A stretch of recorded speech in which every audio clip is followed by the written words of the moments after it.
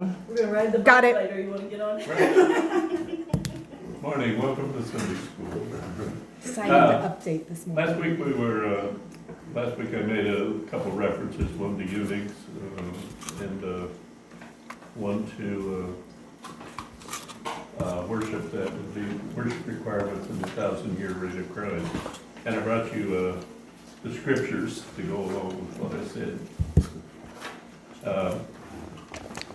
And one thing that happened in the news this week, if you look at the bottom there, Joel 3:2, it says, "I will also gather all nations and bring them down into the valley of Jehoshaphat, and I will enter into judgment with them there on account of my people, my heritage Israel, whom they have scattered among the nations.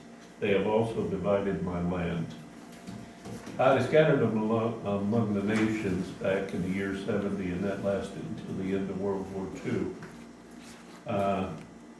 And he did that because of the hardness of their heart. It was a punishment unto the people. But one thing he would not tolerate was the innocence of the land. Land was innocent. And if you watch the news this week, they're bringing Israel and Palestine into the peace treaty, the Abraham Accords peace treaty. And part of the agreement, when they bring them in, is to divide Israel into two nations, governed by the Palestinians and Israel. And the current scenario is they'll cut Jerusalem right down the middle, and the Palestinians will get the east side of Jerusalem, and Israel will get the west side.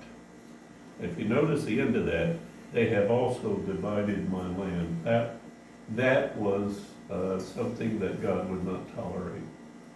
There was a reason for the people being scattered. It was a punishment after all the years of the rebellion. But the land's another story, it's innocent.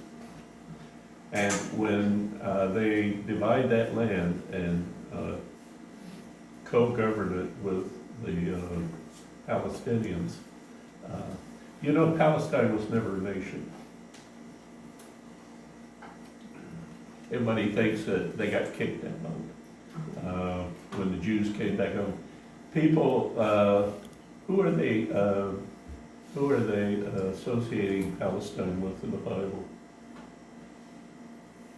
Because the word Palestine is not found in the Bible anywhere. That's a political thing that started in the 50s. They're people who don't know the Bible very well are confusing them with the Philistines. Palestine was never a nation. That's a political thing that happened after World War II, after Israel came back with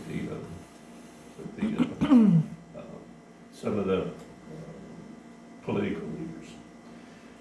That he will not tolerate. Do you remember when he sent them into exile to Babylon for 70 years and told them they would not return home for 70 years?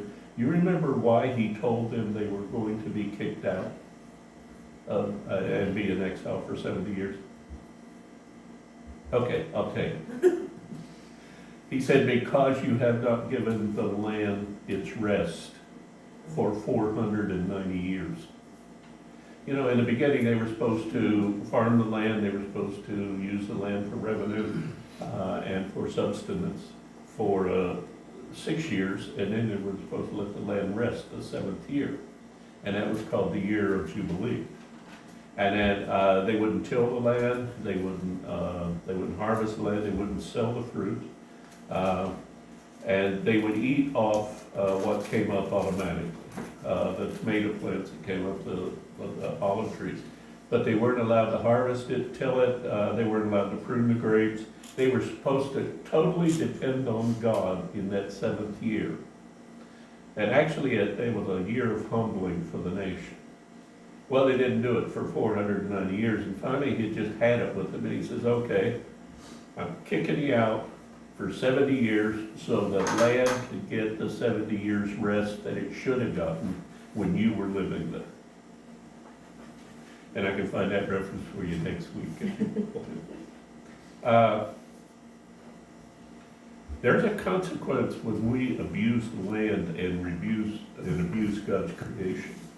There are consequences for it, and it causes great suffering to us. My grandpa used to do it a different way. He called it strip cropping, but he divided his farm into 7 different sections, and he'd rotate the crops on those 7 different sections, except for one section, and he'd always let that section rest for the year. Now that's cheating, you know, but it's a different age, and I'm sure God kind of cocked his head, smiled, and said, it's better than most everybody else. So if you want to read through those, if you have any questions on those, it shows how God felt about eunuchs, and he most certainly didn't kick them out because Philip baptized the Ethiopian, and he was a eunuch. And then there was, the other reference I made was to Zechariah 14:16 through 17, and I printed it out. All right, 57, and we did verse 8, so we need to do 56:9 through 57:2 today.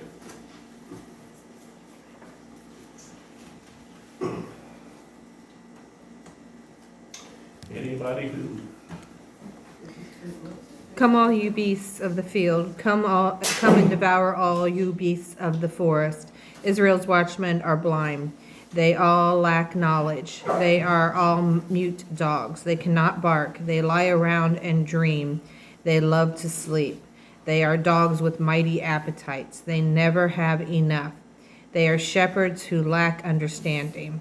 They all turn to their own ways. They seek their own gain. Come, each one cries, let me get wine. Let us drink our fill of beer, and tomorrow we will be like today and ever far better. The righteous perish, and no one takes it to heart.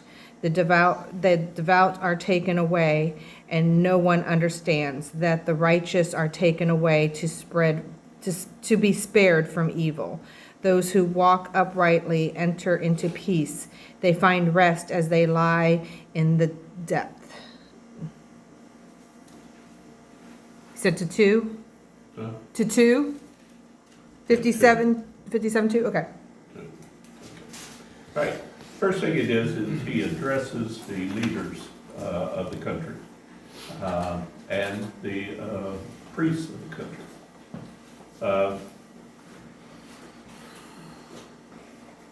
And he says, you were supposed to be watchmen, but you're blind. You're supposed to be teaching the people. You were supposed to be instructing them about me. But you've allowed the idols, and you've allowed all the false worship to come in. This year we had to take a stand. And it wasn't a very popular stand. We had to decide whether we were going to go with the way of the world or go with the Bible. And there was a lot of people wondered how it was going to turn out. Our offerings doubled during that period of time. It ended up, the final bill was supposed to be $21,000. And between the time that we made the decision and the time that we had to write the check, our bank account went up $21,000. And then when we got the bill, it was only like $17,000. So we got a bump. Then we helped the sister church out because the sister church was struggling, and they weren't near as prosperous as we were. And so we helped them out to the tune of $4,000. And the same day we wrote the check for $4,000, we got a check from a church that had closed in Huron for $5,000. Do you see God's action in that? We had to decide whether we were going to go with the way of the world, go with the financial, what everybody, everybody said financially we can't do it. And we did it. And God supplied everything we needed before the checks had to be written. And replaced it, not packed down, pressed together, overflowing greater than, well, our bank account could contain it, but, greater than what we needed. He gave it all back to us. You cannot outgive God. I invited a guy to church at the Pumpkin Festival, and he was a preacher that used to be in French Lick again, and he said, "Where are you going to church now?" He said, "Where are you preaching now?" I said, "I'm not preaching." He said, "Oh, you're not going to church anywhere?" I said, "No, I'm going to church." He had a church in French Lick, and the congregation was so mean to him that he gave up on God. He said, "There can't be a God if Christians would treat people." So him and his wife sat down, and I'm sitting there eating my ribeye steak. And he said, "Where are you going to church now?" I said, "Bob's Chapel." He said, "Oh, Bob's Chapel." I said, "Stop by some morning." I said, "Breakfast is at 8:30. He said, "Breakfast is at 8:30. "Yeah, breakfast is at 8:30. He said, "Well, what Sunday is that?" I said, "Every Sunday for the last 14 years. He said, "Well, how much do you charge for that?" I said, "Joe, I can't afford to charge for that." I said, "God blesses me every week that I wouldn't dream of charging." I said, I'm on a fixed income, and I said, I don't even, it doesn't seem to affect my finances at all. He said, "Well, we'll stop by. You'll see him in here soon."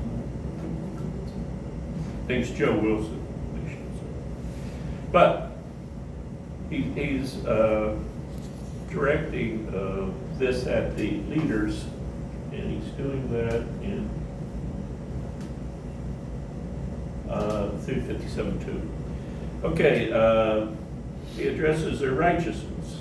He said, "You are shepherds who lack understanding." Right? So how do you teach if you lack understanding?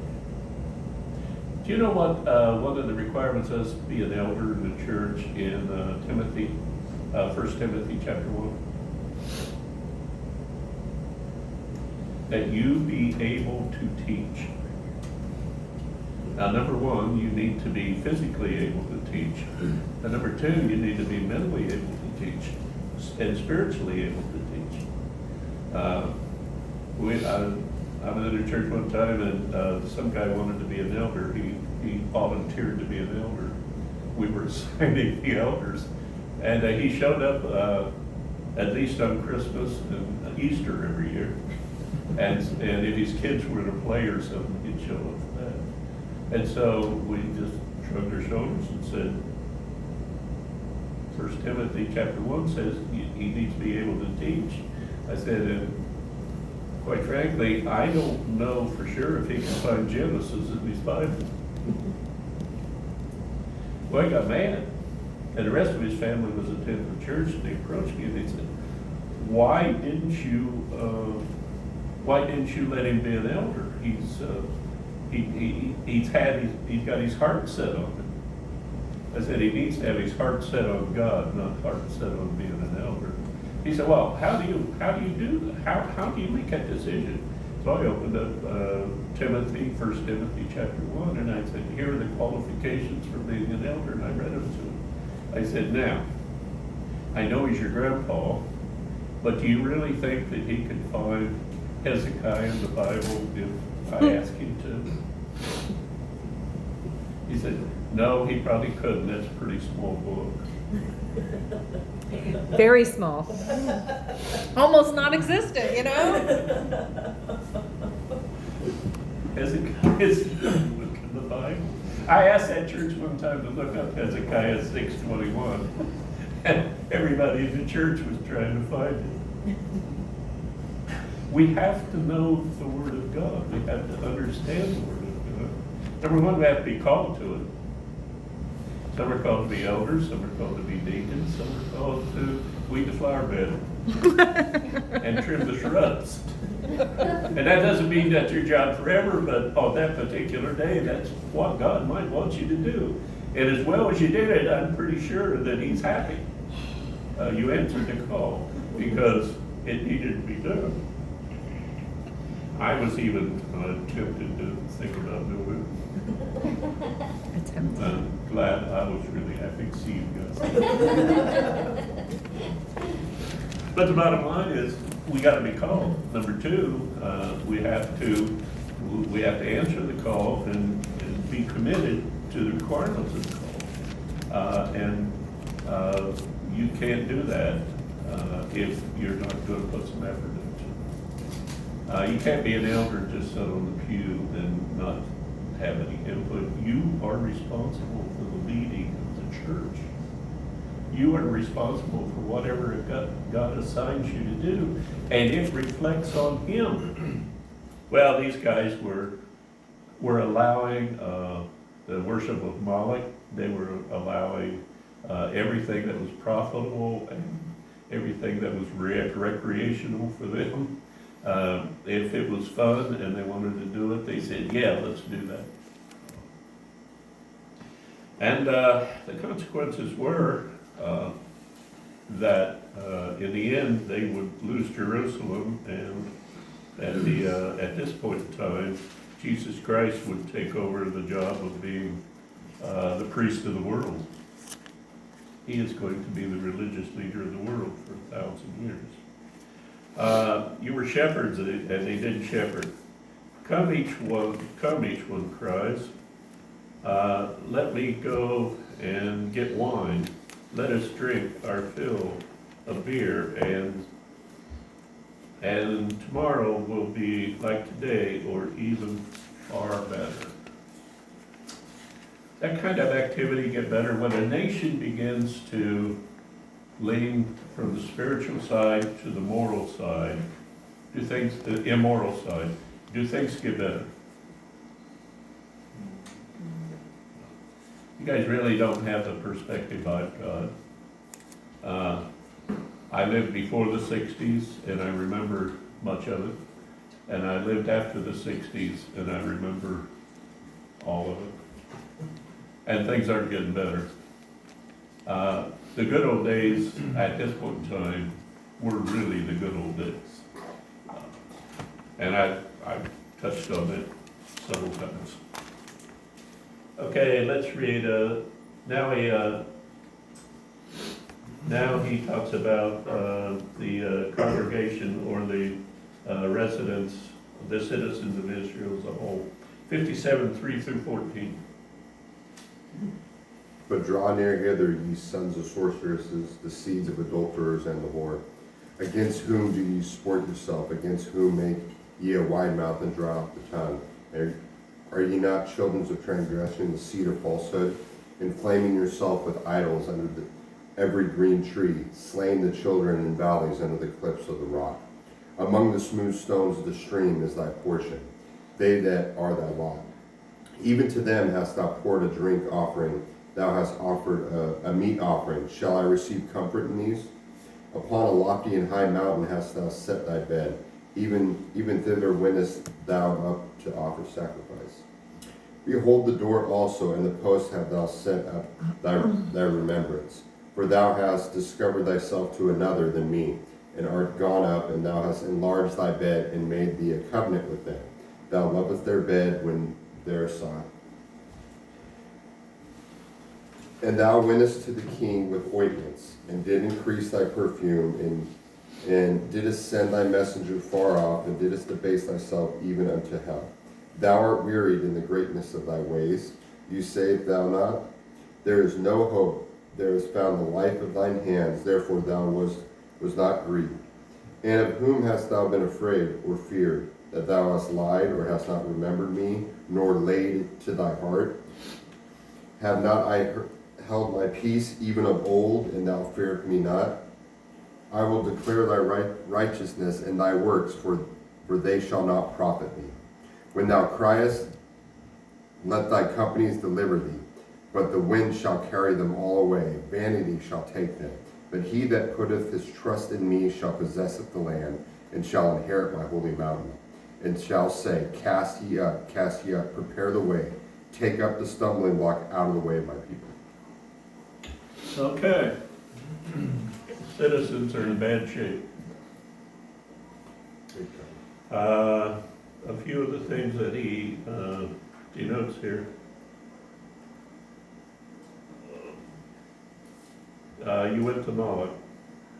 Your ambassadors are away. You have made alliances with your heathen neighbors.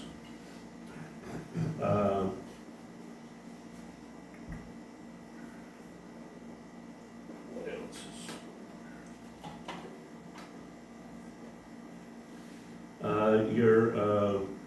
Your sons are sorcerers.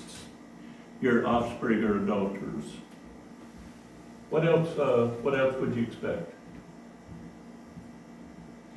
If Rob told me today, he said a fellow was a neighbor that ran over Rob's brother and killed him in the field. Rob's whole family are believers, and his whole family are unbelievers. And the guy was suicidal after it happened. And after the wedding, people were coming up and hugging him and telling him that it wasn't a problem, it was an accident, it wasn't his fault. And he looked at Rob and he said, how can you people respond to me that way? And Rob looked at him and he said, because the love of Christ lives in us, and we love you, even though it happened. He said, I've asked 3 or 4 of your family the same thing, and they all said the exact same thing. He said, I don't have anybody in my family that would react that way. He said, we would all be bitter and angry. He said, and you know, Rob's family has been going to his house all week to try and lift him up, to try and help him. That's the difference between the world and the believers. Well, Israel had lost that. They had all taken off after sorcerers, and your daughters are prostitutes, you're mockers, you sneer, your tongues are out of control, you are a brood of rebels, and John the Baptist called them a brood of vipers.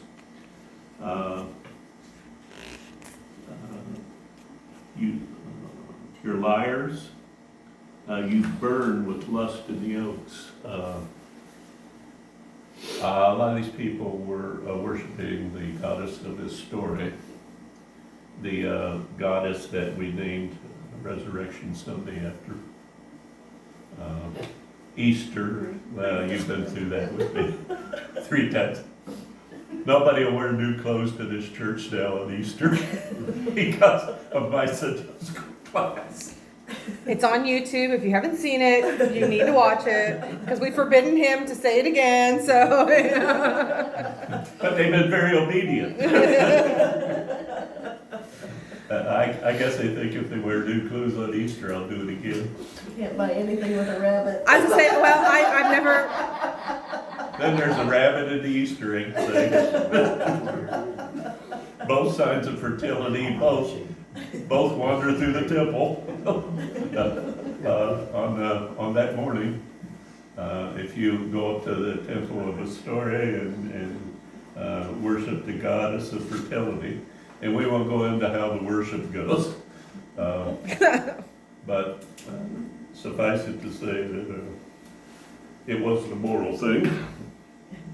But this is the era when they were deep into that stuff, and it all destroyed the true righteousness of Christ. And then down here later, he talks about their righteousness. He says their righteousness is phony. Their righteousness is worthless. What if Rob had responded to the man the way these people would have responded to him? He'd probably be dead today. He was genuinely suicidal after it happened. And God opened the door for him to see the love of God through that accident. Now, God didn't knock him off that. It was an accident. But God used it. God used it for this man to see the love of God from this family. And to know that Christians are different, that they're sanctified, they're set apart. They're not the same as the world. Back in the 70s, there was this cute little thing that was going around just before What Would Jesus Do? It was, if you were on trial tomorrow for being a Christian, would there be enough evidence to convict you? That kind of hit me right between the eyes, you know. Then I played three softball teams, and at the end of the softball team, they'd open up the coolers and everybody started drinking and whatever, drinking the beer and whatever. It was tempting because it was hot and dusty and they didn't have any Coke, or Pepsi. But the bottom line is, I never really crawled into that. And then that started going around and it really hit me right between the eyes. People are looking at me. People are looking at you. And they need to see something different from what they're wallowing in. They need to see something that they can grab a hold of and change their life. Because why do people do the things they do? They do them because they're either convinced that it is the right thing to do, or they're miserable and they're trying to find something better. We're the former, they're the latter. We need to show them what that something better is. And Isaiah said here, you're not doing any of this. And if you go over toward the end, it says, when you cry out for help, it's going to be like the wind blowing shaft would. He said, I am not going to hear you. I am not going to come and rescue you. I am not going to be your salvation because you have abandoned me. Be careful we don't get in this situation. I'm not worried about you guys, but I am worried about my nation. I am worried about this country, and I am more than worried about what my grandkids are going to inherit from where we are right now. That scares me, and it scares me. And from your faces, we